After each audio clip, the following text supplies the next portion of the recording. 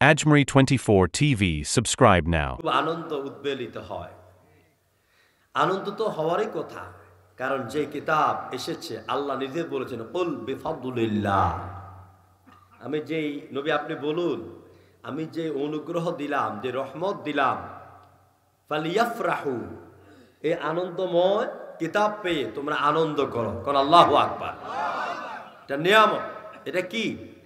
এ কোরআন যদি না আসতো, বিশ্বাস করেন, রাস্তার কুত্তা আর কুত্তনির যে দশা মানুষেরও হতো সেই দশা।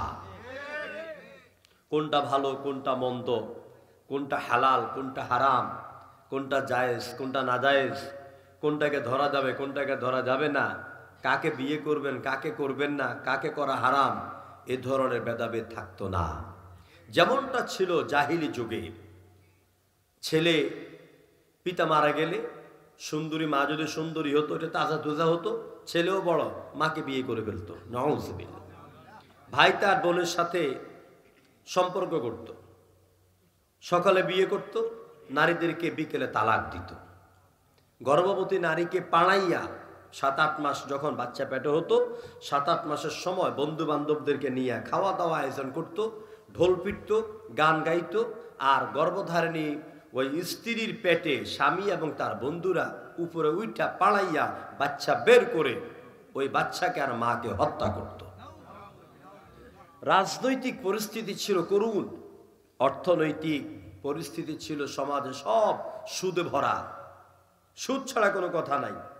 মানুষের কল্যাণের জন্য কোনো টাকা ব্যয় হবে না, স্বার্থ যেখানে ওইখানে তাদের অর্থ ব্যয় ছিল। মূর্তি পূজা, গাছ পূজা, চন্দ্র পূজা, এটা হলো ধর্মীয় অবস্থা। একটু আগে বললাম বৈবাহিক অবস্থা, সামাজিক অবস্থা, আর এটা হলো ধর্মীয় অবস্থা। মূর্তি পূজা, পাথর পূজা, চন্দ্র পূজা, সূর্য পূজা, এগুলো ছিল তাদের অহরহ নিত্য দিনের কাজ। তো মানুষ যখন ভালো মন্দ, হালাল হারাম, জায়েজ না জায়েজ বুঝার ক্ষমতা হারায় ফেলল, তখন মানুষ হয়ে গেল পশুত্বের পর্যায়ে, পশু হয়ে গেল, জানোয়ারের চাইতে খারাপ হয়ে গেল। এখন তারা চলল কোন দিকে?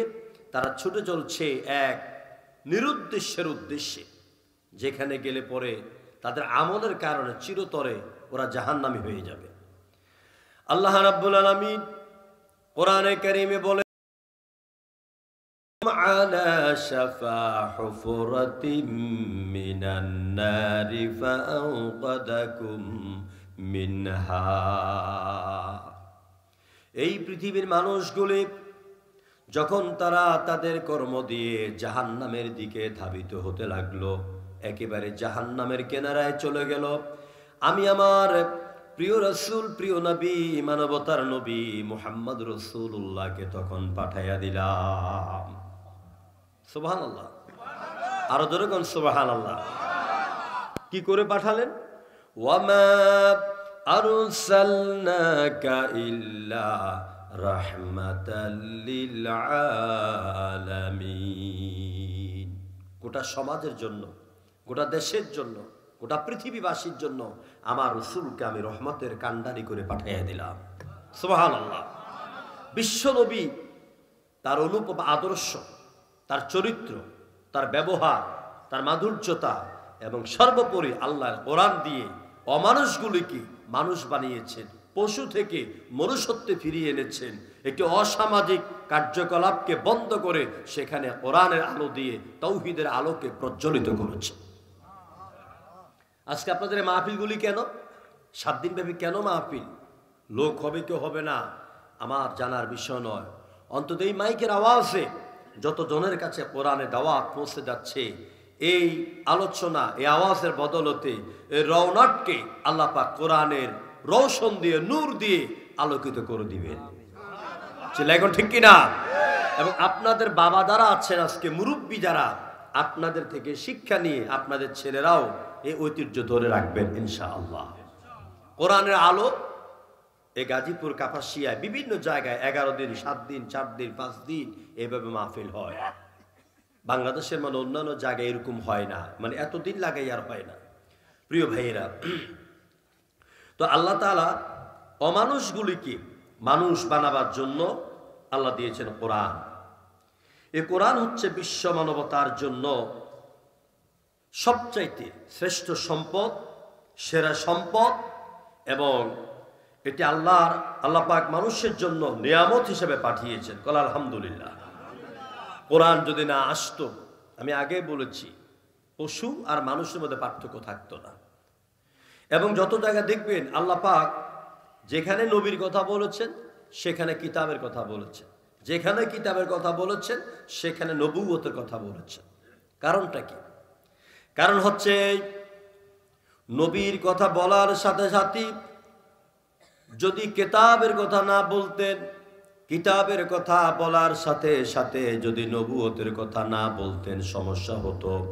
বিশ্ব নবীর অনুপম চরিত্র আর আদর্শ দেখে মানুষ মনে করতো এটাই খোদা। এটা কি? এটাই খোদা, এটাই স্রষ্টা, এটাই আল্লাহ, এটাই মাবুদ।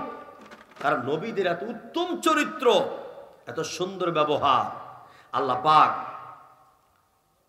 নবীদের সাথে কথা বলেই কিতাব উল্লেখ করেছেন, কিতাব দ্বারা স্পষ্ট করে দিয়েছেন, না এটা খোদা না, এটা খোদার সৃষ্টি।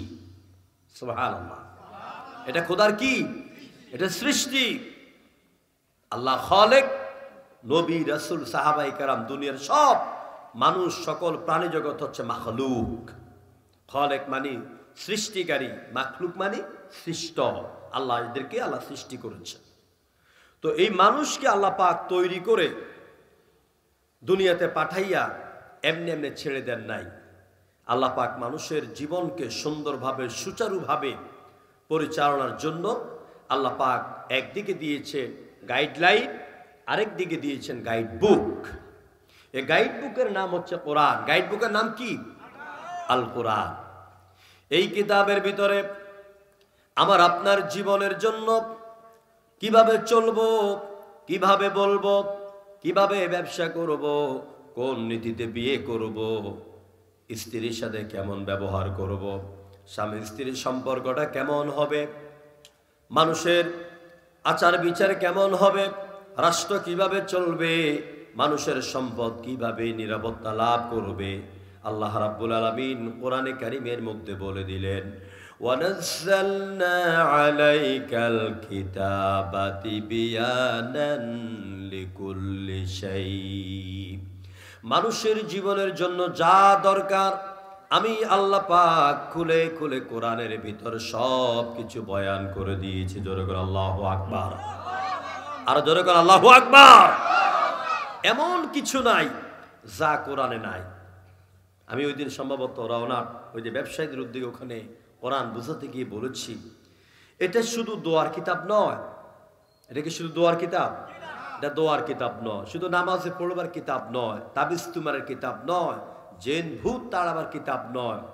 এটা কোরআনটা হচ্ছে গোটা দুনিয়া মানুষের জন্য আল্লাহর পক্ষ থেকে পাঠানো হায়াতে মুকাম্মাল, পরিপূর্ণ জীবন ব্যবস্থা। এবং অন্যদিকে দা Holi Quran is the hour constitution. কোরআন হচ্ছে আমাদের সংবিধান। কোরআন কি? কোরআন সংবিধান। বিয়ে করবেন কিভাবে, স্ত্রীর মহর আপনি দিবেন নাকি মেয়ের পক্ষ আপনারে উল্টা টাকা দিবে, এটা কিন্তু আল্লাহ পাক স্পষ্ট করে দিয়েছেন। ওয়াতুন নিসা সাদাকাতুন নিহলা, তোমরা নারীদেরকে তাদের মহরানা দিয়ে দাও। কখন দিবা? এই আয়াতের ব্যাখ্যা এসেছে, বিশ্বনবী বলেছেন, বাসর ঘরে স্ত্রীকে ফুলসজ্জা রাত্রিতে স্পর্শ করার আগেই ওর মহারানাটা তুমি দিয়ে দাও। কিন্তু আমাদেরকে কি করতে হয়? গাড়িতে মেয়ে উঠাবার আগেই মেয়ের পক্ষকে বলে ছেলের মোটর সাইকেল আর 10 লক্ষ টাকা পেমেন্ট করা হোক, নতুবা মেয়েকে গাড়িতে তুলবো না। জোর করে কথা ঠিক কিনা? এটার কারণটা কি জানেন? এটা কেন? এটার কারণ হচ্ছে আমরা কোরআনের উল্টা পথে চলি। কোরআন যা করতে বলেছে তা আমরা করি না। অর্থাৎ কোরআন দিয়ে যদি সমাজ, রাষ্ট্র পরিচালিত হয়, তাহলে এই দেশের মেয়েদেরকে, নারীদেরকে, মাদেরকে, বোনদেরকে রাজরানীর সিংহাসনে প্রতিষ্ঠিত করা হতো। কিন্তু কোরআনের আইন নাই বলে আমার দেশের নারীরা যৌতুকের জন্য এসিডের আগুনে দগ্ধ হয়, যৌতুকের জন্য নারীদেরকে বলি হতে হয়, যৌতুকের জন্য শাশুড়ির গরম লোহার খন্তির দাগ খেতে হয়। প্রিয় বন্ধুগণ, এই জন্য কোরআনটাকে বুঝতে হবে। আল্লাহ রাব্বুল আলামিন কোরআন দিয়েছেন মানুষকে সকল প্রকারের অন্ধকার থেকে বের করে আলোর দিকে আনতে। আল্লাহ রাব্বুল আলামিন কোরআনে কারীমের ভিতরে বলেন, আলিফ লাম রা কিতাবুন আনজালনাহু ইলাইকা লিতুখরিজান নাসা মিনাজ-যুলুমাতি ইলান নূর। ও নবী, আমি আপনার কাছে এমন একটা কিতাব দিলাম, কিতাবুন বাইর উপরে তনবিন, এটা সাধারণ কোনো কিতাব নয়। এই তনবিন ব্যবহার হয়েছে তনমিল্লি তাওসিম, অর্থাৎ আকাশের নিচে জমিনের উপরে সব চাইতে মর্যাদা সম্পন্ন একটা কিতাব দিলাম, তার নাম হলো কোরআন। তার নাম কি? তার নাম হলো কোরআন। কেন দিলাম? লিতুখরিজান নাসা মিনাজ-যুলুমাতি ইলান নূর, যাতে করে আপনি মানুষকে অন্ধকার থেকে বের করে আলোর দিকে নিয়ে আসতে পারেন। গোটা পৃথিবীটা ছিল অন্ধকারে ভরা, অমানুষ্যার অন্ধকারে ভরা, চুরি ডাকাতি খুন খারাপি সব ভরা ছিল। সে জায়গার মধ্যে আল্লাহ পাকের হাবিব কোরআনের দাওয়াত দিয়ে সমাজের যুবকদেরকে সোনার টুকরা বানালেন। এই সোনার টুকরো যুবক কারা? হযরত ওমর, আবু বকর, উসমান, খাব্বাব, খুবাইব, আব্দুর রহমান ইবনে আউফ, খালিদ ইবনে ওয়ালিদ। এসব সোনার টুকরা হীরকখণ্ড তৈরি হয়েছে এই কোরআনের সাথে লাগার কারণে। সুবহানাল্লাহ। একটা উদাহরণ দেই ইতিহাসের পাতা থেকে, আল বেদায়া ওয়া নেহায়া এবং সিরাতে সরওয়ারে আলমের 3য় খণ্ড থেকে। ওমরের নাম আপনারা নিশ্চয় জেনেছেন, ইসলামের 2য় খলিফা এবং জান্নাতের সুসংবাদ প্রাপ্ত 10 জনের মধ্যে 2 নাম্বার ব্যক্তি। ইনি কিন্তু বড় সন্ত্রাসী লোক ছিলেন। ওমর ছিল বড় মস্ত বড়, একদম খুব ত্রাস সৃষ্টি করার মতন এক ব্যক্তি। সমাজের লোকেরা দেখলে পরে তাকে ভয় পেত। হযরত ওমর মনে মনে একদিন ভাবলেন, আমি আজকে গিয়া মুহাম্মাদের উপর অত্যাচার করব, মুহাম্মদকে গালিগালাজ করব, মুহাম্মদের উপর আমি নির্যাতন করব। এরকম কথা বলার পরেই ওমর বের হয়ে গেলেন। কাবা শরীফের এক পাশে তিনি দাঁড়িয়ে আছেন। এমন সময় শুনতে পেলেন কাবার অপর প্রান্ত থেকে আল্লাহ রাসূল নামাজ আদায় করছেন। নামাজের ভিতর কি যেন পড়ে, এত সুন্দর লাগে, এত মধুর লাগে, যেরকম আল্লাহু আকবার। ওমরকে বারবার সে তেলাওয়াত মুগ্ধ করছে। ওমর মনে মনে ভাবলেন, মনে হয় কোনো জেনে শেখানো কালাম, কোনো জেনে মুহাম্মদকে শিখাইয়া দিচ্ছে আর মুহাম্মদ পড়তেছে। এমন সময় আল্লাহ নবী নামাজের ভিতরে কি সুন্দর করে তেলাওয়াত করে ওমরের মনের প্রশ্নের জবাব জানাইয়া দিলেন।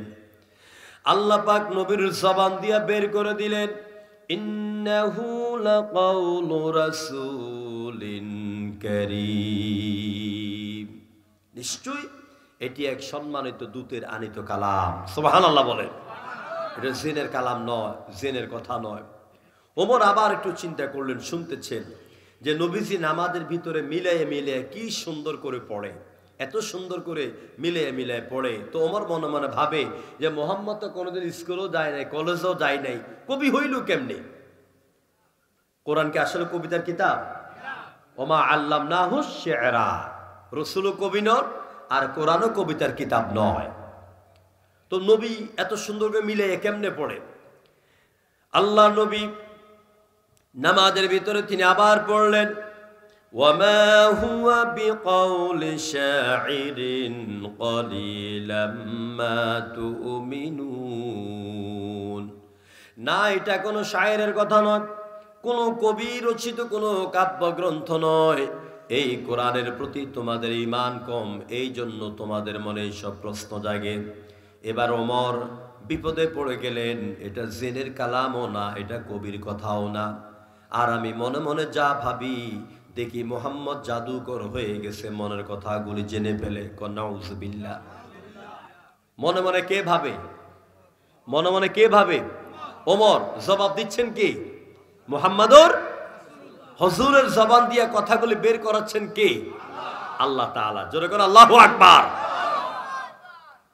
আল্লাহ নবী ওমরের মনের এই প্রশ্নের জবাবটাও দিয়া দিলেন, ওয়ালা বিকাউলি কাহিনিন কালিলাম মা তাযাক্কারুন।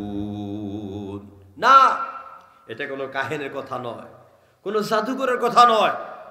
ওমর কয় আরো বিপদে পড়লাম, জিনের কথাও না, কবির কথাও না, জাদুর কথাও না, তো মুহাম্মদ এগুলি কি পড়ে?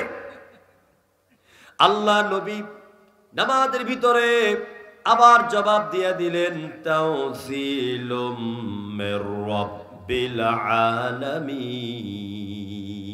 আল্লাহু আকবার।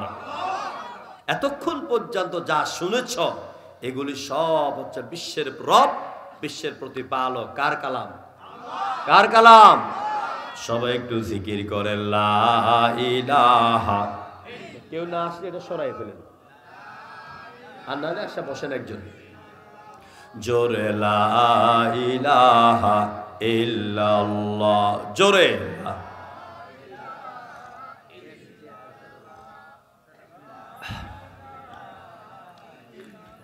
নেই কেহু নেই আল্লাহ ছাড়া, লা ইলাহা ইল্লাল্লাহ, জোরে লা ইলাহা, আরো জোরে লা ইলাহা।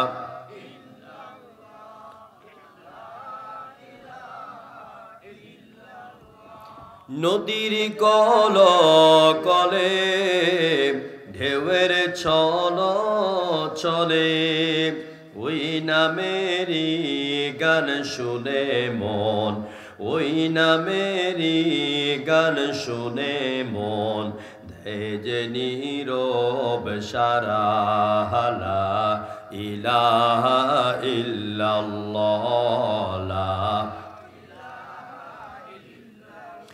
আকাশে নীলে নীলে মুখর ঝিলে ঝিলে, ওই নামেরই ঝরনা ধারা, ওই নামেরই ঝরনা ধারা, আকুল ব্যাকুল করা, লা ইলাহা ইল্লাল্লাহ, জোরে লা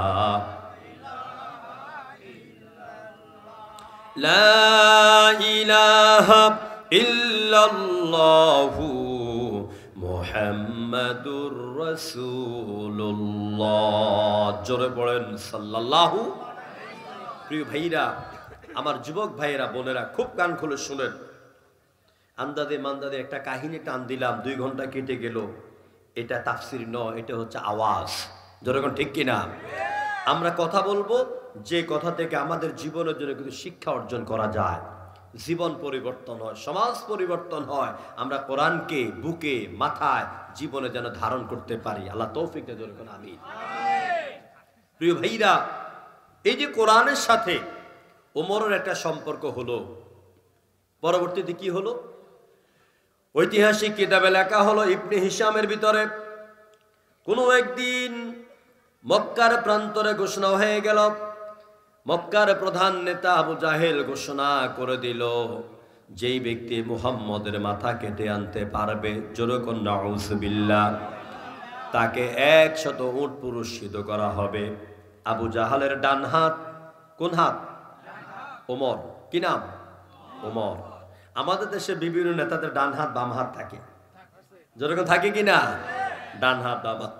তা আবু জাহেলের ডান হাত ছিল ওমর। ওমর খোপ থেকে তরবারি বের করে বলছে, নেতা, আমি পারবো মুহাম্মাদের কল্লা কাইটে আনতে, পুরস্কার দিবেন তো? অবশ্য দিব। লম্বা ঘটনা, খুব ছোট্ট করে বলি। ওমর তরবারি নিয়া পুরস্কারের লোভে ছুটে গেল রাহমাতুল লিল আলামিনের মাথা কাটার জন্য।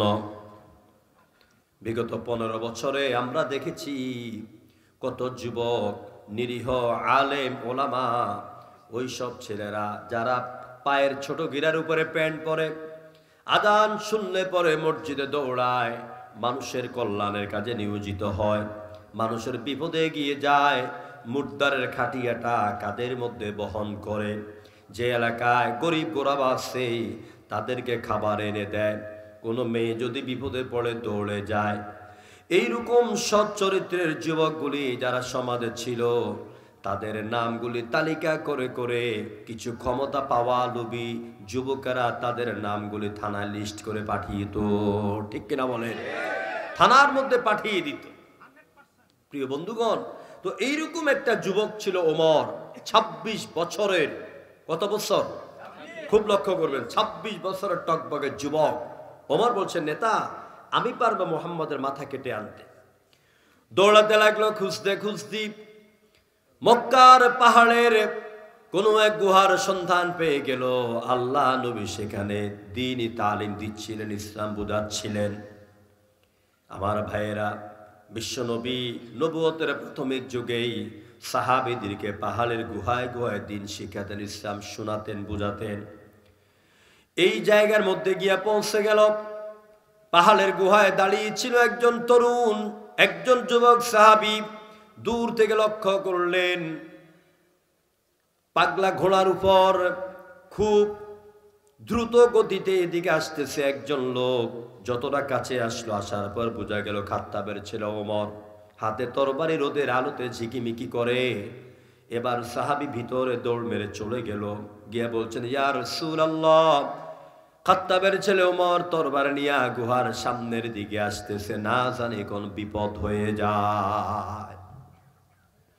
হুজুর বলছেন, সাহাবী ভিতরে চলে যাও, নিজেদেরকে সেভ করো, কন্ট্রোলে রাখো, আমি একা আর আমার আল্লাহ আপনার ওমরের মোকাবেলা করব। সুবহানাল্লাহ। নেতা কাকে বলে? এখান থেকে শিক্ষাটা নেন। দুনিয়াবি নেতারা কর্মী বাহিনীকে রণাঙ্গনে পাঠাইয়া দেয়, পিস্তল নিয়া, বোমা নিয়া। মরলে তোরা মর, রক্ত জ্বালাকে তোরা দে, আমি 10 তলা বিল্ডিং এর মধ্যে সেবে আছি। যখন ঠিক কিনা? রক্ত যখন দেওয়া লাগবে, মির্জা ফখরুলের বাড়ি দৌড়ামা। কথা কয় না? আমার ভাইয়েরা, নেতা কাকে বলে? নেতা বলছেন, সাহাবী ভিতরে যাও, আমি ওমরের মোকাবেলা করব। তার মানে রক্ত যদি লাগে, রাসূলের শরীর থেকে রক্ত যাবে, সাহাবায়ে কেরামের গাও থেকে যেন না যায়। কি নেতা! নবীজি ওমর যখন আসলেন, ওমরের মাথা থেকে পা পর্যন্ত কয়েকবার তাকালেন। সুবহানাল্লাহ কইতেন না? এই সময় তো লাঠি ছোটা লইয়া আগে যাওয়ার কথা। রাসূল ওর দিকে তাকে একটা মুস্কি হাসি দিলেন। আর হুজুর মুস্কি হাসি বুঝুন তো, যেন মুক্তোর দানাগুলো ঝরে ঝরে পড়ে। শামাইলে তিরমিজির 52টা হাদিসের অনুবাদ আমি 1-2 মিনিটে বলে দিই। প্রায় হাদিসগুলির কথা একই রকম। আল্লাহ নবীর চেহারা এত সুন্দর, নবীজির কেশ মুবারক যখন বাবলি চুল রেখেছিলেন, ঘাড়ের উপর দিয়ে প্রলম্বিত ছিল, তেমন বাঁকাও নয়, তেমন সোজাও নয়। হুজুর এমনি আঙ্গুলগুলি ঢুকাইয়া দিলে চুলগুলি সিটি হয়ে যেত। নবীর কপালটা ছিল চৌড়া, নবীর চোখের মধ্যমণিগুলি ছিল কুকিলের গায়ের মতন, এত কালো রঙের মেঘনার নদীর ছলো ছলো কালারের মতন। হুজুরের নাকটা ছিল সরু, দুইটা ঠোঁট ছিল গোলাপ ফুলের পাপড়ির মতন, আর দাঁতগুলি ছিল এত শুভ্র, এত সাদা। হুজুর যখন মুস্কি হাসি দিতেন, কিতাবের মধ্যে পাওয়া যায় যেন কালো মেঘের ভিতর দিয়া বিদ্যুৎ চমকাইয়া গেছে। এত সুন্দর করে হুজুর হাসতেন। ওমর বলছে, জীবনে মুহাম্মদকে কতবার দেখলাম, আজকের মতো আর কোনোদিন মুহাম্মদকে দেখি নাই। এত সুন্দর মুহাম্মদ। লেখা হয়ে গেল ইতিহাসে। ওমর বলছেন, আল্লাহর নবী আমাকে যখন প্রশ্ন করেছেন, জবাব দেওয়া তো দূরের কথা, আমার কলিজার ভিতর একটা চিপ মারলো। 2টা হাঁটু থরথর করে কাঁপা শুরু করে দিল, আর 2টা হাত কাঁপতে কাঁপতে তরবারি আল্লাহর জমিনের মধ্যে ছিটকে পড়ে যায়।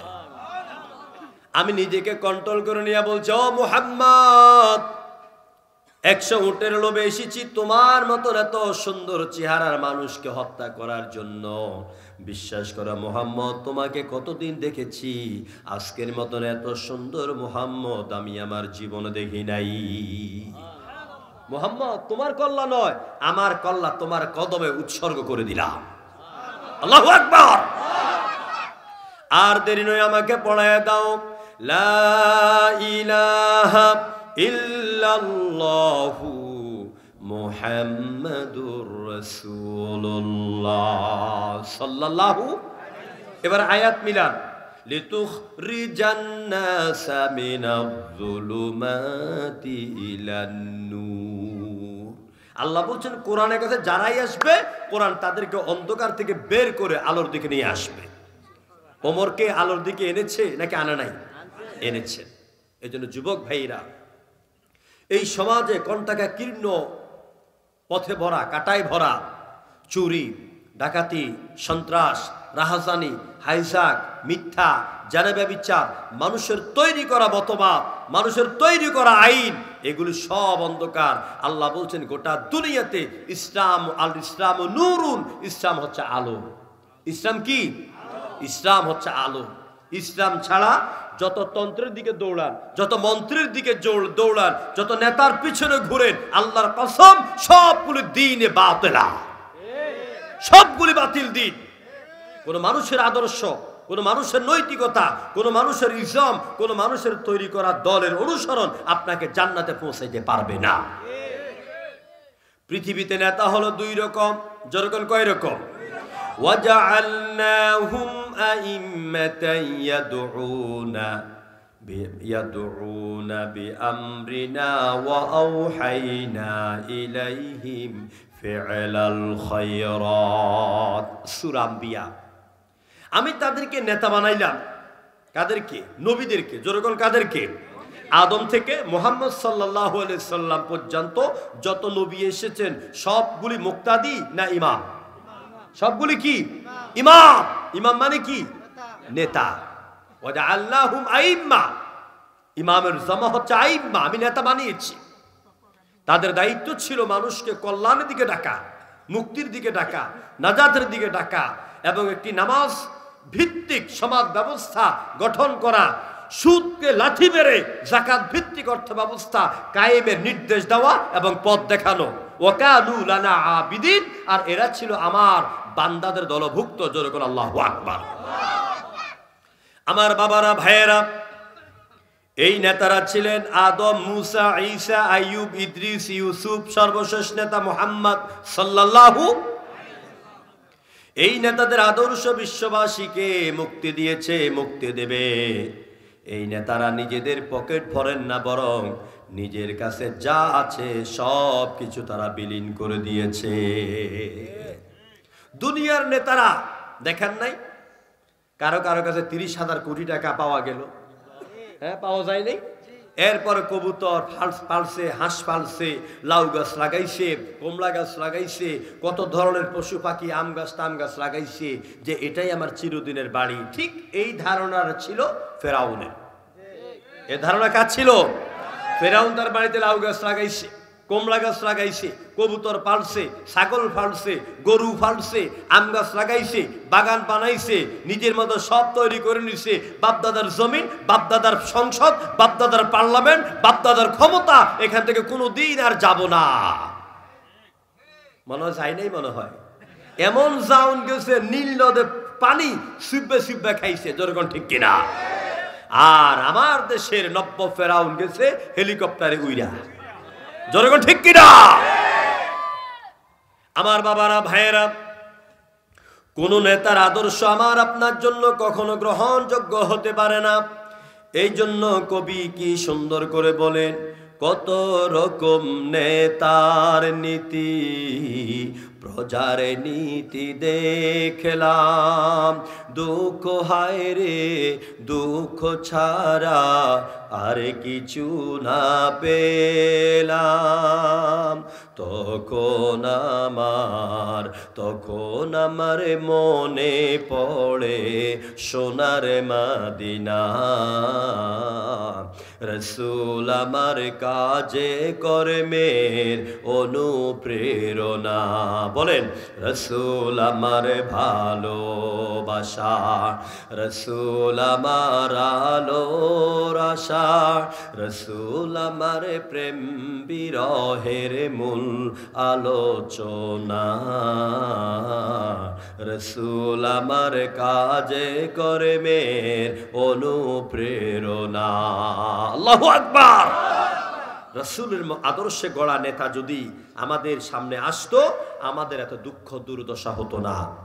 কোরআন নিয়ে আমি শেষ কথা একটা কথা বলতে চাই, যে এই কোরআন এর কাছে যদি আসতে হয় কয়েকটা পদ্ধতি আছে কোরআনের কাছে আসা।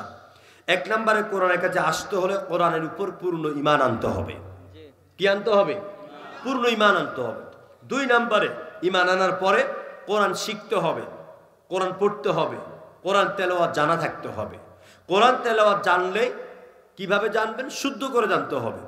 কোরআন যদি শুদ্ধ করে না জানেন, শুদ্ধ করে না পড়েন, যতই আল্লাহু আকবার কইয়া মুরগির মতন ঠোকরা দেন জমিনে, আপনার সেজদা, আপনার নামাজ আল্লাহর দরবারে কবুল হবে না। নামাজ কবুল হওয়ার জন্য কোরআন সহি হওয়া শর্ত। একটা ছোট্ট উদাহরণ দেই। যেমন আপনি পড়লেন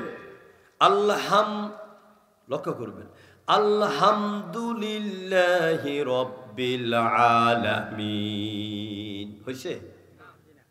হয় নাই। কারণ এখানে হায় হুট্টি, হা হলকের মধ্যখান হইতে 6টি হরফ উচ্চারিত হয়। আপনার মুফাসসিরিন কেরামগণ বলেন, যারা এই 6টি হরফ হলক থেকে উচ্চারণ করতে পারবে, এদের কণ্ঠে রোগ খুবই কম হয়। কণ্ঠকে হেফাজত করেন কে? আল্লাহ তাআলা। তা আপনি যখন বলবেন আলহামদুলিল্লাহ, হা মিম জবর হাম, আলিফ লাম ইস্তিগরাকি, যাবতীয় প্রশংসা একমাত্র কার জন্য? আল্লাহর জন্য। বলেন কার জন্য? আল্লাহর জন্য। কিন্তু আপনি যদি বলেন আলহামদুলিল্লাহ, অর্থ কি হবে? এই রওনাটের ডাস্টবিনে, খালে বিলে যত ময়লা আছে সব ময়লা আল্লাহর জন্য। দেখছেন কোরআন শুদ্ধ হওয়ার দরকার আছে নাকি নাই? আপনি বলবেন কুল হুয়াল্লাহু আহাদ, বলুন আল্লাহ এক এবং একক। কিন্তু আপনি যদি বলেন ও কফ না বলে যদি বলেন কুল হুয়াল্লাহু আহাদ, তাহলে এক এবং একক আল্লাহকে জন্মের মতন খাইয়া ফেলো। কুল বলো, কুল খাও। এই জন্য কোরআন পড়লে হবে, নামাজ পড়লে হবে না। এখানে অনেক ভাই আছেন, আমি লজ্জা দিব না, ওযুর ফরজ কয়টা ঠিক মতো জানেন না। আছে না নাই? লোকের ওযু করতে যায়, সিংহে একটা ছু টান মেরে তারপরে ফালায়, এরপর ওযু করে। ঠিক না? এই যে আপনি যে ছু দিয়ে এটা ফালাইলেন সিংহা, এইটা আপনার মুখের মধ্যে যে দুর্গন্ধ, কুলি করলেন, দুর্গন্ধ যাবে না। নামাজে দাঁড়াইলেন, নামাজে যখন আল্লাহর বান্দা বান্দি দাঁড়িয়ে যায়, আল্লাহ পাক বলেন উলাইকা আলাইহিম সালাওয়াতুম মির রাব্বিহিম ওয়া রাহমা। নামাজে যখন দাঁড়াবেন, আল্লাহর পক্ষ থেকে আপনার উপর রহমতের বারিধারা নাজিল হয়ে যায়। কিন্তু আপনি যখন আল্লাহু আকবার বললেন, ইমামে পড়ে আপনি চুপ করে আছেন, রুকুর মধ্যে গেলেন, এবার আপনি পড়ছেন সুবহানা রাব্বিল আলা, সুবহানা রাব্বিল আলা। এই ছুর সাথে ফোর সাথে আপনার মুখ থেকে ওই সিংহার দুর্গন্ধ যখন আসে, আপনার দুই পাশের ভাইয়েরও কষ্ট হয়। আর ফেরেশতা বলে রব্বুল আলামিন কোন খবিসের কাছে আমারে পাঠাইছো? কোন খবিসের কাছে আমাকে পাঠিয়েছ? আল্লাহ পাক তখন রহমতের ফেরেশতাকে তুলে নিয়ে যান। নামাজ পড়লে কি লাভ হলো? এই জন্য এই দুর্গন্ধযুক্ত এক ওয়াক্ত নামাজ যদি পড়তে হয়, ফুকাহায়ে কেরামগণ বলেন কমপক্ষে 40 দিন আগে আপনাকে দুর্গন্ধযুক্ত সিগারেট এগুলি আপনাকে ছাড়তে হবে। আপনি এটা ফালাই এই মসজিদে ঢুকেন, নামাজ পড়েন। এই জন্য আমাদের ঠিক মতো উযু হয় না, নামাজও হয় না, মসজিদে জুতা চুরিও বন্ধ হয় না। যখন ঠিক কিনা? নামাজ পড়ার পরেই নামাজেরই তো জুতা চুরি করে। আরাফাতের ময়দানে একবার গেলাম 2013 সালে, যে তাবুর সামনে থেকে জুতা হারায় গেছে। জুতা হারায় গেছে, কয় কোন তাবু? ওটা বাংলাদেশি তাবু। কয় হ্যাঁ, বাংলাদেশের পাকিস্তানি তাবু সামনে থেকে জুতা হারায়। ওরা ভালো করে বুঝে। প্রিয় ভাইরা, তো সুতরাং আমি বলতেছিলাম কোরআন শুদ্ধ করে পড়তে হবে। এই কোরআনের কাছে আসার জন্য কোরআনকে শুদ্ধভাবে শিখতে হবে। 2 নম্বরে 3 নম্বরে আপনি যখন কোরআন তেলাওয়াতও পারেন, শুদ্ধও পারেন, এবার একজন মুসলমান হিসেবে দায়িত্ব হচ্ছে আপনাকে কোরআন অর্থসহ পড়া লাগবে। কি করতে হবে? অর্থসহ পড়া লাগবে। দেখুন আল্লাহ যদি শুধু তেলাওয়াতের জন্য কোরআন পাঠাইতেন তাহলে একেবারে এট ফার্স্ট হেরা গুহার পর্বতে আল্লাহ বলতেন তার নবীকে উতলু, আপনি তেলাওয়াত করেন। আল্লাহ পাক উতলু শব্দটি ব্যবহার না করে আল্লাহ পাক ব্যবহার করেছেন ইকরা বিসমি রাব্বিকাল্লাযী খালাক, read in the name of your lord who has created. পড়ো তুমি তোমার সেই স্রষ্টার নামে, যে স্রষ্টা, যে রব তোমাকে বানাইছে। আমাদেরকে কে বানিয়েছেন? জনগণ কে বানিয়েছেন? আল্লাহ বানিয়েছেন। আল্লাহর রবের নামে আমাদেরকে পড়তে হবে। আজকে আমাদেরকে চতুর্দিকের অন্ধকার আমাদেরকে কেমন জানি চেপে ধরেছে। কেন জানেন? কারণ একটাই, সবারই কিসমতে ঢেকেছে আধার, ভরে গেছে পাপে নেমেছে জুলমাত। জনগণ ঠিক কিনা? সবারই কিসমতে ঢেকেছে আধার, ভরে গেছে পাপে নেমেছে জুলমাত। কোরআন হাদিস সবে ছেড়েছি আমরা, কোরআন হাদিস সবে ছেড়েছি আমরা, কোরআন হাদিস সবে ছেড়েছি আমরা, নেমেছে মোদের উপর জুলমাত। সবারই কিসমতে ঢেকেছে আধার, ভরে গেছে পাপে নেমেছে জুলমাত। মেনে চলি যদি খোদারি বিধান, জোরে বলো আল্লাহু আকবার। মেনে চলি যদি খোদার বিধান, আসিবে ইজ্জত আসিবে সম্মান, ঝরিবে রহমত মিলিবে নাজাত, ঝরিবে রহমত মিলিবে নাজাত, তাহলে পাবো আল্লাহর রহমত। সবারই কিসমতে ঢেকেছে আধার, ভরে গেছে পাপে নেমেছে জুলমাত। আমার ভাইরা আসুন কোরআনের কাছে আসি, কোরআন বুঝি, কোরআন পড়ি, কোরআনের আলোকে সমাজ এবং রাষ্ট্র ব্যবস্থার আন্দোলনে শরীক হয়ে রাজি আছেন? কারা কারা দিয়েছেন দু হাত তুলে আল্লাহকে দেখান তো। এই দেশটা কোরআন দিয়ে চলুক, সবাই চান কিনা? ইসলামী রাষ্ট্র কায়েম হোক, সবাই চান কিনা? চুরি ডাকাতি সন্ত্রাসী দখলদারিত্ব দূর হোক, সবাই চান কিনা? সবাই বলেন নারায়ে তাকবীর, নারায়ে তাকবীর। আল কোরআনের আলো, আল হাদিসের আলো, সংসদে জালো, সারা বাংলায় জালো। আমার নেতা তোমার নেতা, নারায়ে তাকবীর।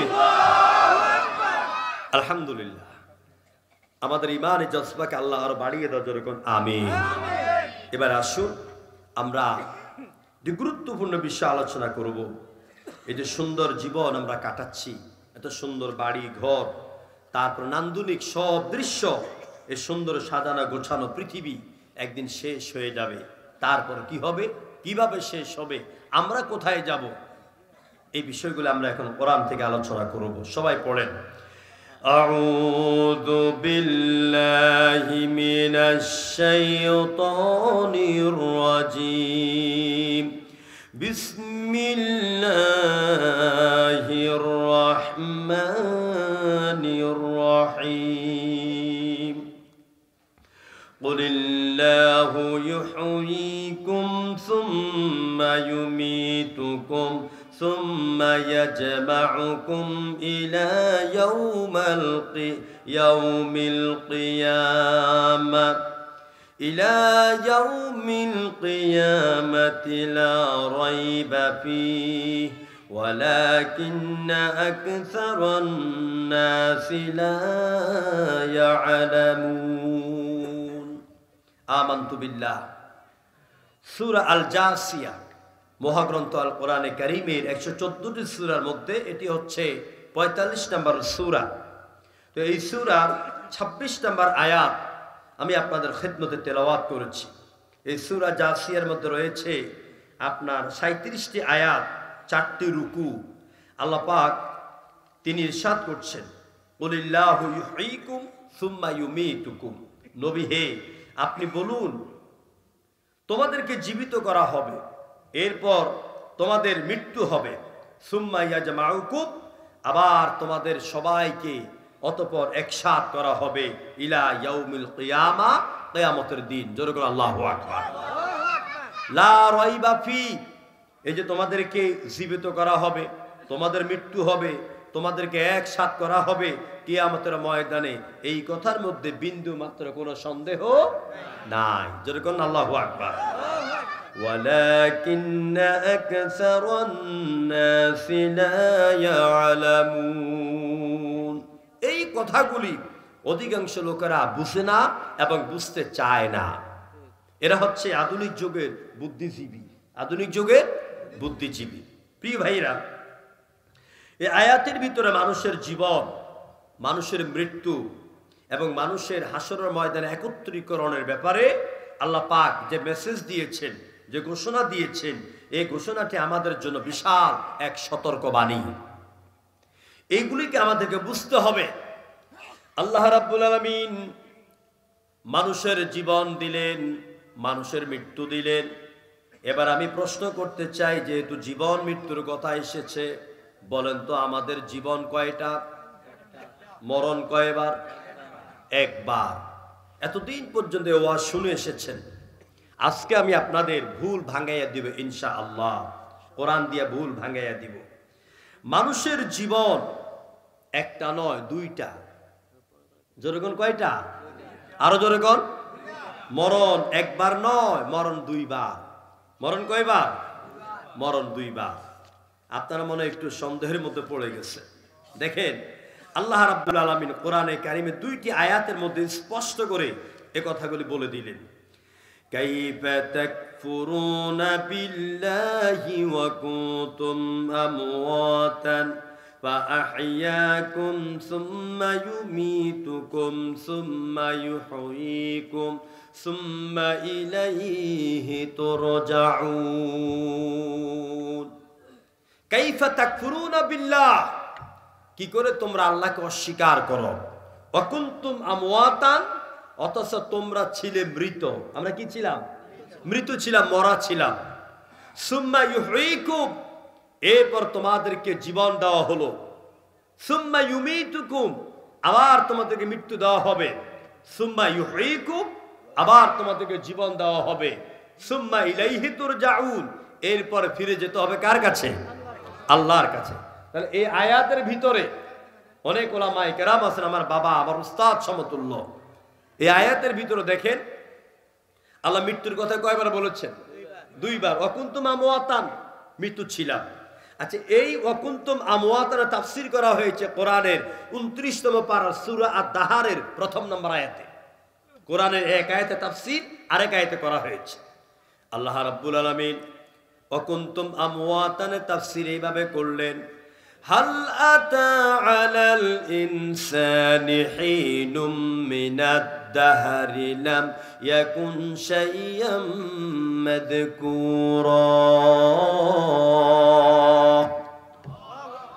আল্লাহ পাক বলেন, মানুষের জীবনে কি এমন একটি কাল অতিক্রম করে নাই, এমন একটি সময় কি আসে নাই, যখন মানুষের এই সুন্দর স্ট্রাকচার, এই সুন্দর বডি, এত সুন্দর রূপ, এত সুন্দর যৌবন, এতটা ক্ষমতা, এতটা চেহারার বাহাদুরি মানুষের জীবনে কিছুই ছিল না। এরকম একটা সময় আমাদের আসে নাই? কখন আসছে? যে সময় আমরা মায়ের পেটে শুধুমাত্র নুতফা ছিলাম। কি ছিলাম? নুতফা ছিলাম, মনি ছিলাম, বীর্য ছিলাম। এই সময় আমাদের একটা সময় গেল, আমার নাম নাই, জাবেরি নাম নাই, বাড়ি কই, ঘর কই, আব্দুর রহমান প্রধানমন্ত্রী, তারপরে উমুক মন্ত্রী, উমুক সচিব, সেনা প্রধান, কোনো নাম ছিল? কোনো নাম ছিল না। হাল আতা আলাল ইনসানি হিনুম মিনাদ দাহার, দাহার মানে কাল। এমন একটা কাল অতিবাহিত হয়ে গেল যে সময় তোমাদের কোনো অস্তিত্ব ছিল না, কোনো ধরনের সিম্পটম ছিল না। আল্লাহ পাক বলে, বান্দারে, আমি তোমার মা এবং তোমার বাবার দুইজনের মিলনের মধ্য দিয়া একজনের পিঠ থেকে একজনের বুক থেকে 2 ফোঁটা পানি বের করালাম। ইয়াখরুজু মিন বাইনিস সুলবি ওয়াত তারাইব, পিতার পৃষ্ঠ মায়ের বক্ষ 2 জায়গা থেকে পানি বের করালাম। এই পানিটাকে কি করলাম? ফি করারিম মাকিন। সূরা আল মুমিনুন 18তম পারা, প্রথম পৃষ্ঠা, 12 নম্বর আয়াত। আল্লাহ রাব্বুল আলামিন বললেন, ওই ফোঁটা পানিকে মায়ের পেটের মধ্যে রাখলাম 40 দিন পর্যন্ত। এটা ছিল নুতফা। 80 দিনের মাথায় ওইটারে আমি আল্লাহ পাক বানাইলাম রক্তের চাকা। 120 দিনের মাথায় এটাকে আমি আল্লাহ পাক হাড্ডি টাড্ডি দিয়ে সুন্দর করে একটা স্ট্রাকচার, একটা বডি বানাইলাম। এরপরে আমি আল্লাহ পাক কি করলাম দেখো, ফাকাসাউনাল ইযমা লাহমা, তুলতুলে নরম গোশত দিয়া হাড্ডিগুলিকে আমি আবৃত করে দিলাম। এবার একটা সুন্দর মানুষ হয়ে গেল। তারপর আমার ফেরেশতা পাঠাইলাম, বুখারীর বিশাল লম্বা হাদিস। ফেরেশতা পাঠাইলেন, আল্লাহ পাক ওই ফেরেশতার মাধ্যমে আল্লাহর হুকুম, আল্লাহর অর্ডার রূহটাকে ফুঁকে দিলেন। জোরে করে আল্লাহু আকবার। এই রূহটা ফুকার আগ পর্যন্ত এই দেহটা ছিল মৃত। অকুন্তুম আমওয়াতা, মৃত ছিলাম। সুম্মা ইউহয়িকুম, রূহ ফুঁকে দেওয়ার পরে মায়ের পেটে বাচ্চা নড়াচড়া করে। মা দুঃখিনী আনন্দ উপভোগ করে, স্বামীকে গিয়ে দৌড়াইয়া বলে, সাথে যারা বোন এদেরকে দৌড়াইয়া বলে, আমার পেটে আমার নিয়ামত। এভাবে নড়াচড়া করে। এভাবে করতে করতে আল্লাহ পাক যখন আমাদেরকে দুনিয়াতে আনলেন, ওই যে মায়ের পেটে আল্লাহ রূহ দিলেন, ওই রূহটা এখনো আমাদের আছে নাকি নাই? এটা হলো ওয়াকুনতুম আমওয়াতা ফাআহইয়াকুম। ওই মৃত্যুর পরে এই জীবন একটা, আর এই জীবন পাওয়ার আগে মার পেটে যে বডি তৈরি হয়েছে ওই গেলে ছিল মৃত্যু একটা। তাহলে মৃত্যু একটা গেল, এই জীবন একটা চলতেছে। জীবন নামের রেলগাড়িটা পায় না খুঁজে স্টেশন, কোন লাইনে গেলে পরে, কোন লাইনে গেলে পরে তার স্টেশন খুঁজে পাবে। জীবন নামের রেলগাড়িটা কি জানে? জোরে কোনা জানে? জীবন নামের রেলগাড়ির ড্রাইভার কে? আর জোরে কোনা কে? আল্লাহ পরিচালনা করছে, পরিচালিত হচ্ছে। আমার ভাইয়েরা, এই জীবন হলো একটা, মৃত্যু গেল পেছনে। এবার আল্লাহ পাক আবার বলেন, সুম্মা ইউমিতুকুম সুম্মা ইউহয়িকুম সুম্মা ইলাইহি তুরজাউন। এই জীবনের পরে আবার আমাদের মৃত্যু হবে নাকি হবে না?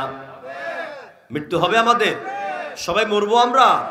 কুল্লু নাফসিন যায়িকাতুল মাউত, যবে জন্মেছ তবেই তোমাকে মৃত্যুর খাতায় সিগনেচার দিতে হয়েছে। মৃত্যু তোমাকে বরণ করতেই হবে। মৌতের পেয়ালা মৌত কাসিন কুল্লু নাসিন শারিবু কবরে নাসিন কবরে বাইতে, কি জানি বলে, কবরে নাসিন কুল্লু নাসিন দাখিলুন, কবরে বাইতি কুল্লু নাসিন দাখিলুন। প্রত্যেক ব্যক্তিকে মৌতের স্বাদ ভোগ করতে হবে, আর প্রত্যেক ব্যক্তিকে কবর নামক ঘরে প্রবেশ করতে হবে। বিশ্বাস করুন বাবারা, মা বোনেরা, এই কথাটা, এই ভয়টা যদি আমাদের কলিজার ভিতরে আসে, তাহলে আমাদের সমাজ ভালো হয়ে যাবে। চুরি বন্ধ হয়ে যাবে, ডাকাতি বন্ধ হয়ে যাবে, লোকদেরকে দিয়ে মসজিদ ভরে যাবে। আব্বা আম্মাকে ছেলেরা চোখ রাঙায় কথা বলবে না। ঘরের বউরা শাশুড়িকে ঝাঁটা দিয়ে পিটাইয়া ঘর থেকে বের করবে না। এরকম নাফরমান বউ আমাদের সমাজে আছে নাকি নাই? বহুত আছে। এই কথাটুকু ভালো করে হৃদয়ে ঢুকান, তাহলে আমাদের মৃত্যু হলো একটা, জীবন হলো একটা। এই জীবনের পর আবার মৃত্যু হবে, হবে কিনা বলেন? আল্লাহ পাক বলেন, قل إن الموت الذي تفرون منه فإنه ملاقيكم ثم تردون إلى عالم الغيب والشهادة। নবী আপনি বলুন। কবি ফারুক আহমেদ বলেন, কি সুন্দর করে, মরণ থেকে পালাও তুমি, মরণ তোমায় লইবে গিরি, যদিও সুদূর আকাশ পানে পালাও তথায় লাগিয়ে সিঁড়ি। যেখানে যাব সেখানে মৃত্যু আমাদের গ্রেফতার করবে। তাহলে এখন সামনে একটা মৃত্যু হবে, পিছনে একটা মৃত্যু গেল, তাহলে মৃত্যু কয়টা? জীবন এখন একটা আছে। সামনের মৃত্যুর পরে হাসরের ময়দানে আল্লাহ পাক আবার আমাদেরকে তৈরি করবেন। এই ঈমান কার কার আছে? এই ঈমান সবার আছে? আলহামদুলিল্লাহ। এই ঈমানটা কিন্তু কাফেরদের নাই। এই ঈমানটা কার নাই? কাফেরদের নাই। ওরা বলে মৃত্যু দুইবার ঠিক আছে, জীবন একটা, জীবন দুইটা না। তারা বলে আইদা মিতনা ওয়া কুন্না তুরাবান যালিকা রাজউম বাঈদ। আমরা যখন মরে যাব, আমরা যখন পচে যাব, মাটির সঙ্গে মিশে যাব, তখন আবার নতুন করে আমাদেরকে আবার তৈরি করা হবে। এটা বহু দূরের কথা। নগদ যা পাও হাত পেতে নাও, বাকির খাতায় শূন্য থাক। দূরের বাদ্য শুনে কি লাভ, তার মাঝে যে বেজায় ফাঁক। এই বেলা ভাই মদ খেয়ে নাও, কাল নিশীথের ভরসা কই। চাঁদনি জাগিবে যুগ যুগ ধরে, মদ খাওয়ার জন্য আমরা তো রবনাশই। এটা হচ্ছে নাস্তিক, মুরতাদ, কাফির, মুসলমান নামের মুনাফিকদের ইমাম। এরা বলে এই দুনিয়াটাই তো আমাদের, লুটে পুটে যা পারো তা খাও। উন্নয়নের নামে কোটি কোটি হাজার কোটি টাকা লুটপাট করে খেয়েছে। জনগণ ঠিক কিনা? ক্ষমতায় টিকে থাকার জন্য নিরীহ আলেমদের উপর অত্যাচার করেছে, নির্যাতন করেছে। আল্লামা মামুনুল হককে ফিটাইয়া পুরুষাঙ্গ পর্যন্ত অকেজু করে দিয়েছে। আল্লামা আমাদের মাথার মুকুট, তাফসীর জগতের সম্রাট আল্লামা সাঈদীকে 13 বছর বন্দী করে জাতিকে কোরআনের কথা শোনা থেকে বঞ্চিত রেখেছে। সময় এসেছে, সময় আরো আসবে, পই পই করে হিসাব দিতে হবে ইনশাআল্লাহ। সমস্ত জালিমের বিচার বাংলাদেশে হবেই হবে ইনশাআল্লাহ। অসহায় মানুষের উপর কত অত্যাচার করেছে, কত মাদ্রাসা বন্ধ করে দিয়েছে, কত মসজিদের খতিবকে মিম্বর থেকে ধাক্কাইয়া নামিয়ে দিয়েছে। আমাকে 2001 সালে কোরআনের হক কথা বলার কারণে সূরা আযাবের এটা আয়াতের তাফসীর করার কারণে আমাকে গুম করার চেষ্টা করা হলো। আমার ভাইরা, এভাবে বহু আলেম এই পৃথিবীতে বাংলাদেশে নির্যাতিত। যারা কোরআনের মাহফিলে আসতে পরে এই কথা বলা যাবে না, ওই কথা বলা যাবে না, হুজুররা ওয়াজ করার আগে হুজুরদেরকে আগে ওয়াজ করতো। যেরকম ঠিক কিনা? এখন তারা কোথায়? পাইনা তা যাবুন। এখন কই গেছ? প্রিয় বন্ধুগণ, আমরা চাই না কেউ পলাক, সেটা সবার মাতৃভূমি। ইনসাবিল। কিয়ামতের দিন যখন তারা আল্লাহর দরবারে দাঁড়াবে, তখন তারা বলবে ক্বালু রাব্বানা, ও আমাদের রব, আমাত্তানা স্নাতাইন, আমাদেরকে দুইবার মৃত্যু দিয়েছো, ওয়া আহইয়াইতানা স্নাতাইন, দুইবার জীবন দিয়েছো। কিন্তু দুনিয়ায় থাকতে তারা দুই জীবনকে বিশ্বাস করতো না। পরকালের ময়দানে ওরা বিশ্বাস এই কথা করবে। প্রিয় বন্ধুগণ, তাহলে এই আয়াত দ্বারা, এই বক্তব্য দ্বারা আমরা কি শিখলাম? আল্লাহ রাব্বুল আলামিন তিনি বলছেন, আমি মানুষকে জীবন দিলাম, মানুষকে মৃত্যু দিলাম। এখন প্রশ্ন হচ্ছে, খুব ভালো করে মাথা ঠান্ডা করে শিখে যান, আল্লাহ পাক আমাদের মৃত্যু আর জীবন কেন দিলেন? আল্লাহ রাব্বুল আলামিন কোরআনে কারীমের 29তম পারা সূরা মুলকের 2 নম্বর আয়াতের মধ্যে এই কথাটার সত্যতার জবাব দিলেন এইভাবে, মানুষকে কেন জীবন দিলাম, মানুষকে কেন মৃত্যু দিলাম? শুনো, আল্লাযী খালাকাল মাউতা ওয়াল হায়াতা লিয়াবলুয়াকুম আইয়ুকুম আহসানু আমালা। আল্লাহ পাক বলেন, আমি মানুষকে জীবন দিলাম, মানুষকে মৃত্যু দিলাম এই জন্য, কারণ এই দুনিয়াটা হলো একটা পরীক্ষার কেন্দ্র। দুনিয়াটা কি? এটা একটা পরীক্ষার কেন্দ্র। এই যে বার্ষিক পরীক্ষা বাচ্চাদের শেষ হলো, ইন্টারমিডিয়েট পরীক্ষা হবে, ম্যাট্রিক পরীক্ষা শেষ হলো, এই পরীক্ষার কেন্দ্রে 3 ঘন্টা পরীক্ষা। আচ্ছা, আপনারা অনেক বুদ্ধিজীবী আছেন, জ্ঞানী আছেন, পরীক্ষার হলে কখনো এরকম প্রশ্নপত্রে হাতে পাইয়া কোনো ছেলে কোনো মেয়ে বয়ে বয়ে মোবাইলে গেম খেলছে?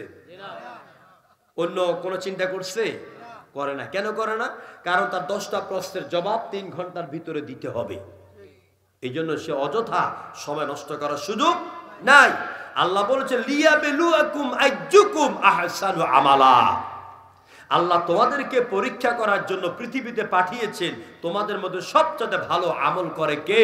কিয়ামতের দিন কেটা ফার্স্ট হয়, কেটা সেকেন্ড হয়, কেটা থার্ড হয়, এটা আল্লাহ দেখার বিষয়। প্রিয় বন্ধুগণ, এখন এই পরীক্ষার হলে এসে, এই দুনিয়াবী জীবনে এসে আমি আপনি কি করছি? আমি আপনি অযথা সময় নষ্ট করছি দোকানে বৈশা বৈশা। আমি তো দোকানগুলিকে বলি মিনি পার্লামেন্ট।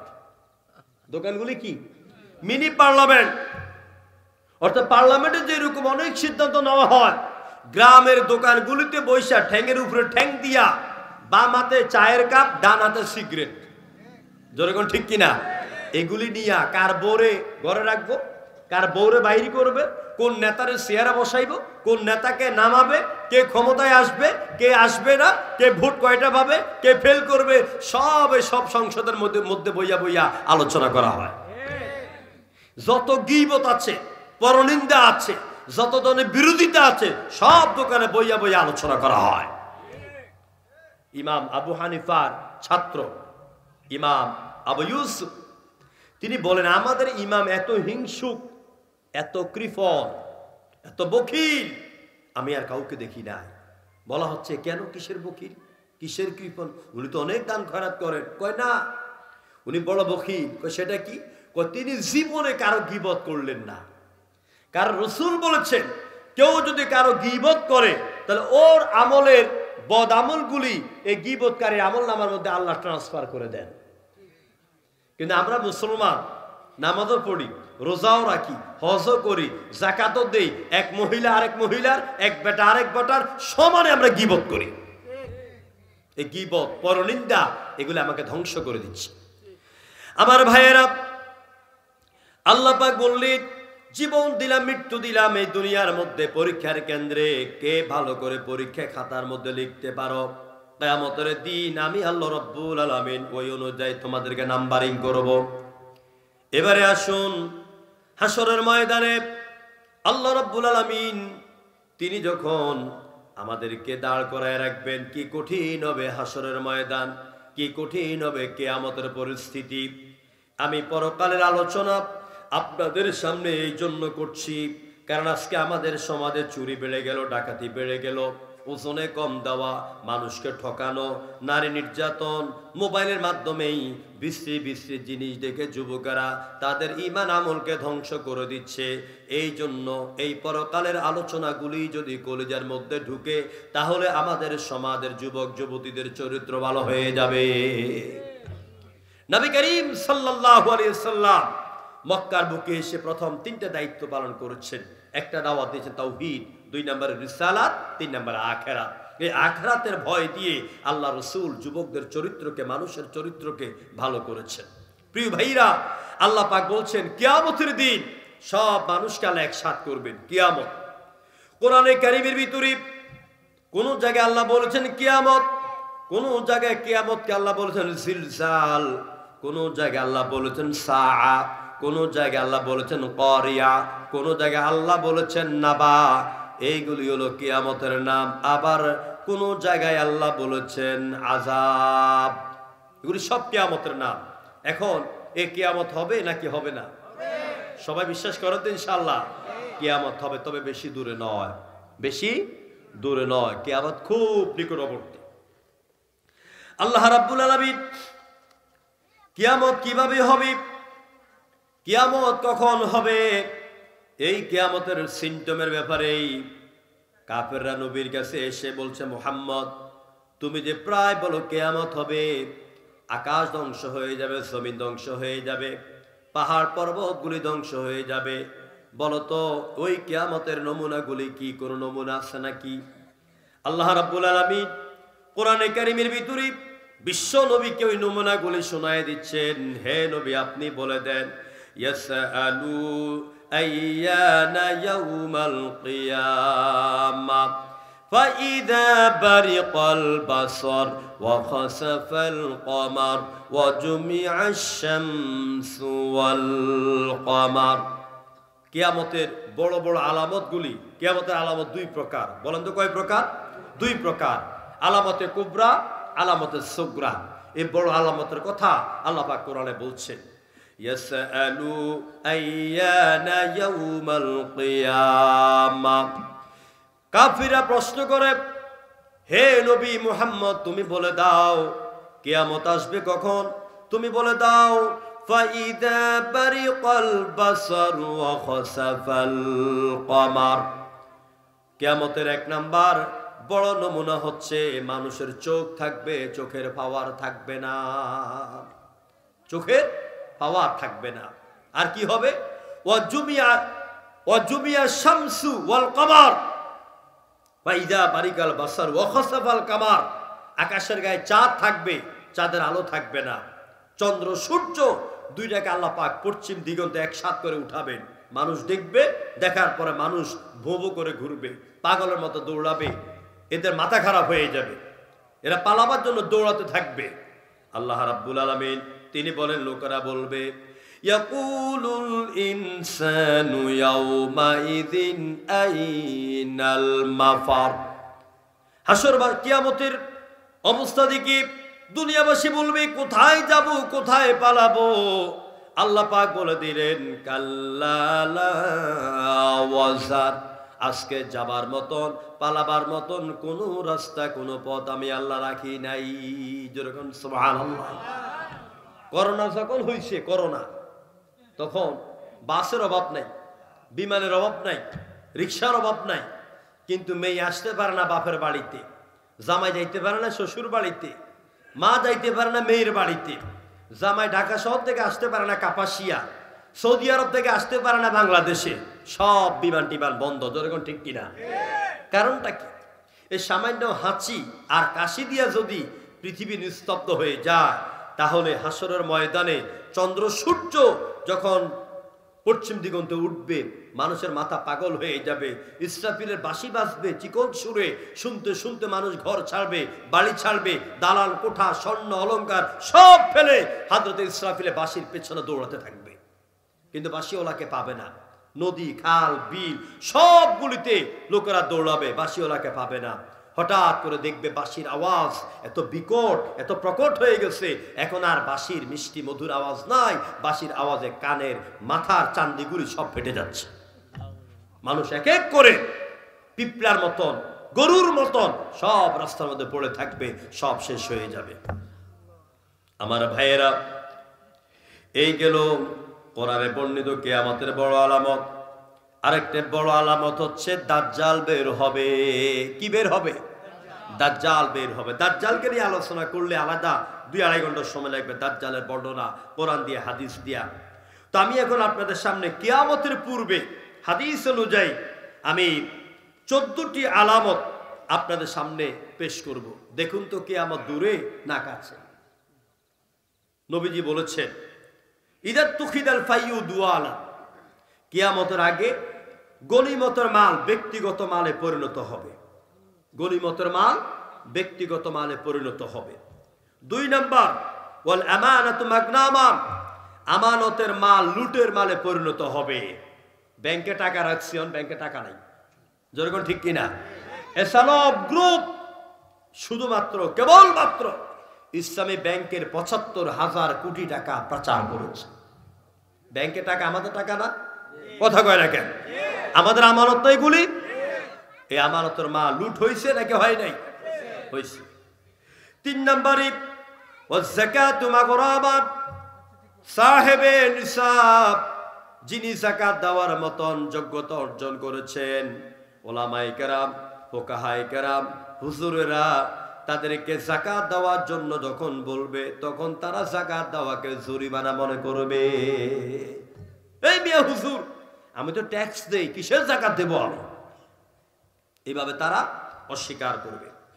কিয়ামতের পূর্বের 4র্থ আলামত ওয়া তুআল্লিমা লিগাইরিদ্দিন,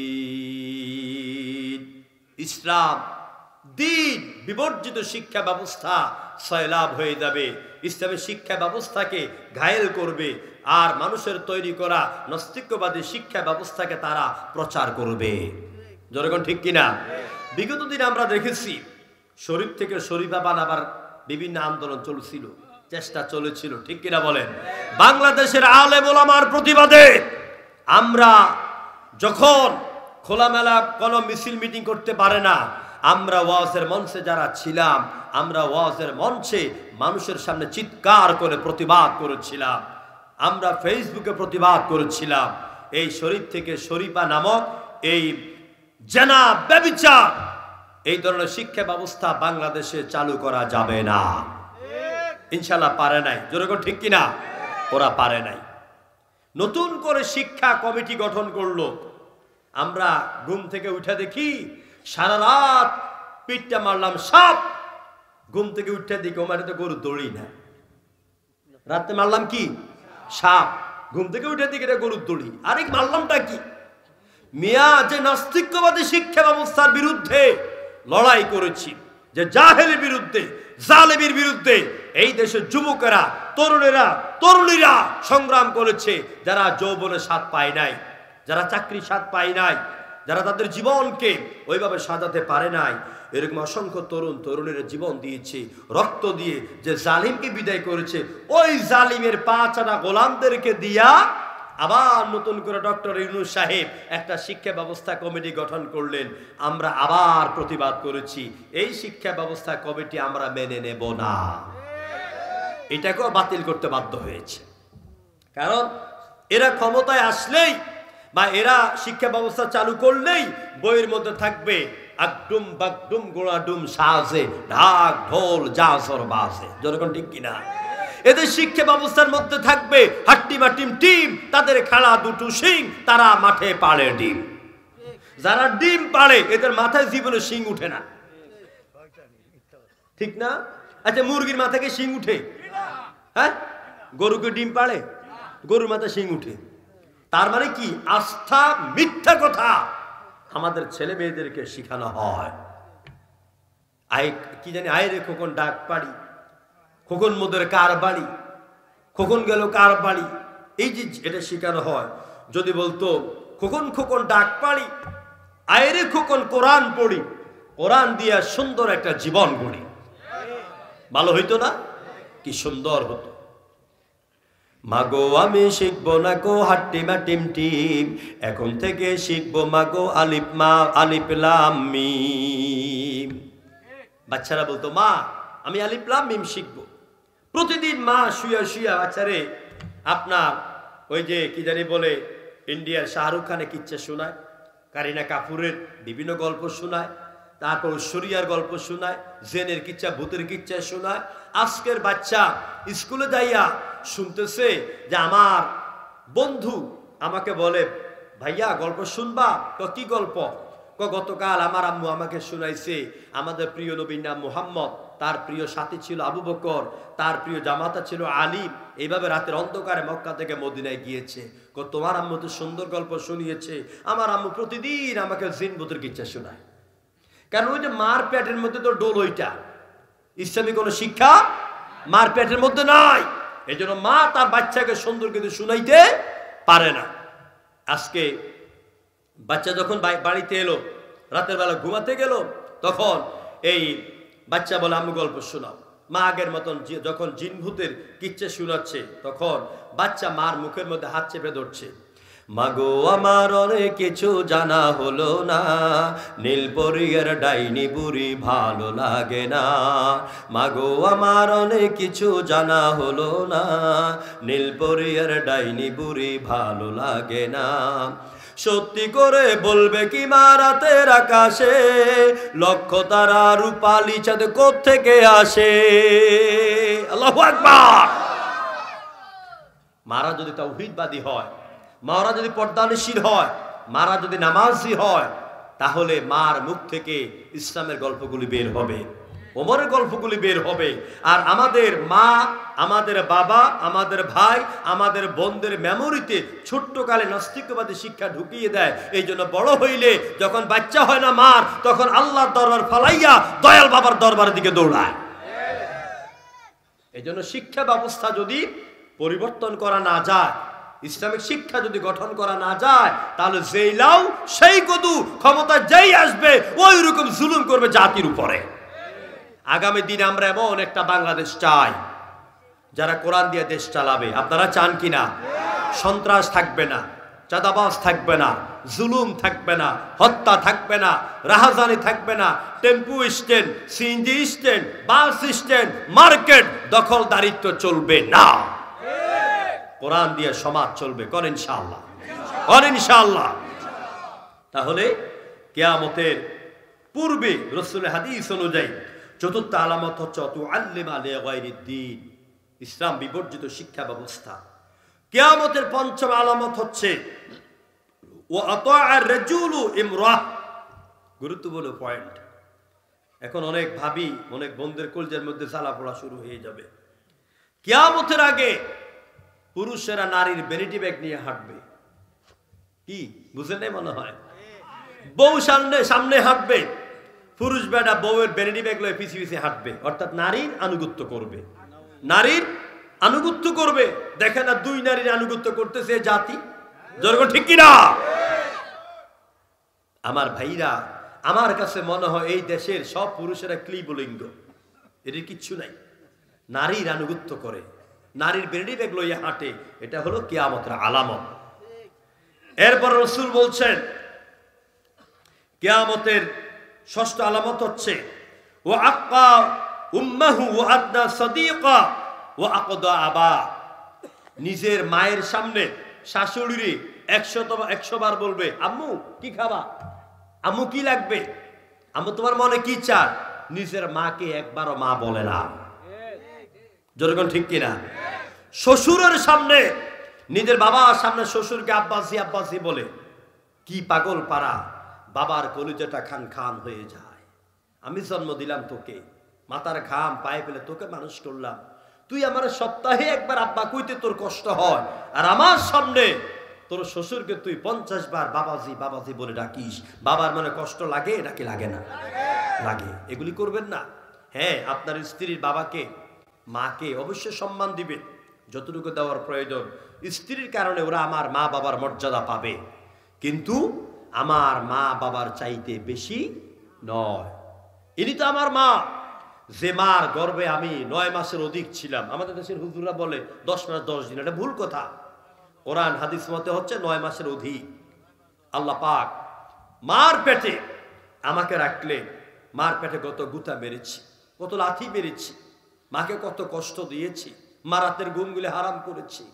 মা নিজের পেশাবের জায়গায়, বাচ্চার পেশাবের জায়গায় ঘুমাইয়া বাচ্চাকে বুকের মধ্যে আলগা দিয়া ধরে রেখেছে, যেরকম ঠিক কিনা? মার বুকের দাম, বুকের দুধ 2 বছর বা 30 মাস পান করেছি আমরা। আমার ভাইরা, মা যখন সন্তানকে প্রসব করে, আল্লাহ নবী বলেছেন এত যন্ত্রণা, এত ব্যথা পৃথিবীর কেউ এটা অনুভব করতে পারবে না। মার পেটের মধ্যে 3টা পর্দা থাকে। জোরগণ কয়টা পর্দা? আরো জোরগণ। 3টা পর্দা। একটা পর্দা ভেদ করে সন্তান যখন দুনিয়াতে আসার সময় হয়, প্রথম পর্দাটা ফেটে যায়, মার জরায়ু দিয়ে পানি বের হওয়া শুরু হয়। দ্বিতীয় পর্দা যখন ফেটে যায়, মার ব্যথায় অস্থির যেন হয়ে যায়। তৃতীয় পর্দা ফেটে যখন বাচ্চার মাথা দেখা যায়, মার চিৎকারের সাথে আল্লাহর আরশে আজিম যেন কেঁপে ওঠে। এত কষ্ট করে যে মা আমাকে ভূমিষ্ঠ করেছে, ওই মাকে কষ্ট দেওয়া যাবে? যখন যাবে, লা তানহারুহুমা ওয়া কুল লাহুমা কাওলান কারীমা। আব্বা আম্মাকে চোখ রাঙায় কথা বলো না, ভুরের চোখের ভ্রু কুঞ্চিত করে ধমকের স্বরে কথা বলো না, বরং আদবের সাথে কথা বলো। ওয়া কুল লাহুমা কাওলান কারীমা, সম্মানের সাথে কথা বলো। আর 5 ওয়াক্ত নামাজের পরে হাত তুলে দোয়া করো, রব্বির হামহুমা কামা রব্বায়ানি সগীরা। পড়েন সবাই, রব্বির হামহুমা কামা রব্বায়ানি সগীরা। সুতরাং কিয়ামতের আগে সন্তানেরা মা বাবাকে সম্মান দিবে না, বন্ধুর পিতাকে, শ্বশুর শাশুড়িকে নিয়ে সন্তানেরা ব্যস্ত থাকবে। এটা কিয়ামতের 6 নম্বর আলামত। 7 নাম্বার আলামত হচ্ছে ও যুহারাতিল আসওয়াতু ফিল মাসাজিদ, মসজিদের ভিতরে মসজিদের সভাপতি গিরি আর সেক্রেটারি গিরি নিয়া লাগবে মাথা ফাটাফাটি, লাগবে চিৎকার বাৎকার। আমাদের সমাজে মনে হয় না এগুলি, জোরগোল হয় কি না? আপনি মসজিদের সভাপতি হন, সেক্রেটারি হন, আমি সম্মান দেখাই, তবে মসজিদের ভিতরে গিয়া ইমাম খতিবের সামনে এই গিরিপথ দেখায় না, গিরি দেখাইয়েন না। সভাপতি গিরি, সেক্রেটারি গিরি, এগুলো দেখাবেন না। আপনি মনে করবেন আমি মসজিদের একজন খাদেম, এই মসজিদের একজন পরিচালক, ইমাম মুয়াজ্জিনের সর্বোচ্চ খেদমত করা আমার দায়িত্ব। কিন্তু আমরা অধিকাংশ দেখি, বিগত দিনেও আমরা দেখেছি, আলহামদুলিল্লাহ এখন অনেক জায়গায় আগের কমিটি ভেঙে গেছে, প্রায় মসজিদের সভাপতি, সেক্রেটারি, ক্যাশিয়ার হচ্ছে সুদখোর, মদখোর, জেনাখোর। ভালো মানুষের দাম ছিল না, যারা সৎভাবে মসজিদ পরিচালনা করেছে তাদের দাম নাই। এসব মদখোরেরা সমাজে নেতৃত্ব দিয়েছে, এটা কিয়ামতের আলামত। ওয়াসাদাল কাবিলাতা ফাসিকাহুম, কিয়ামতের আগে সমাজে নেতৃত্ব দিবে পাপাচারীরা। পাপাচারীরা গোত্রের নেতা হবে, যারা পাপ করবে এরাই সমাজের নেতা হবে।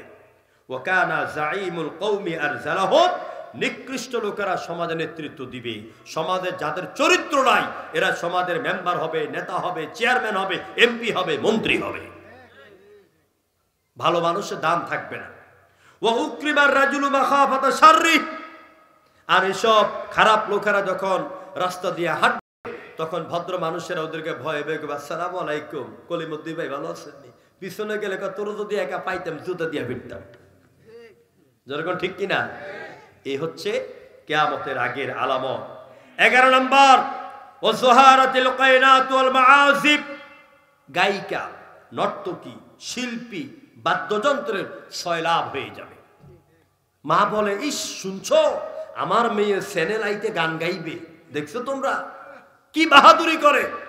তোমার যুবতী মেয়ের বুক দেখাইয়া, ভাষা দেখাইয়া লক্ষ লক্ষ মানুষ দেখে, কণ্ঠের আওয়াজ শুনছে, তুমি মা তোমার মেয়ের চাইতে বড় লুচ্চা।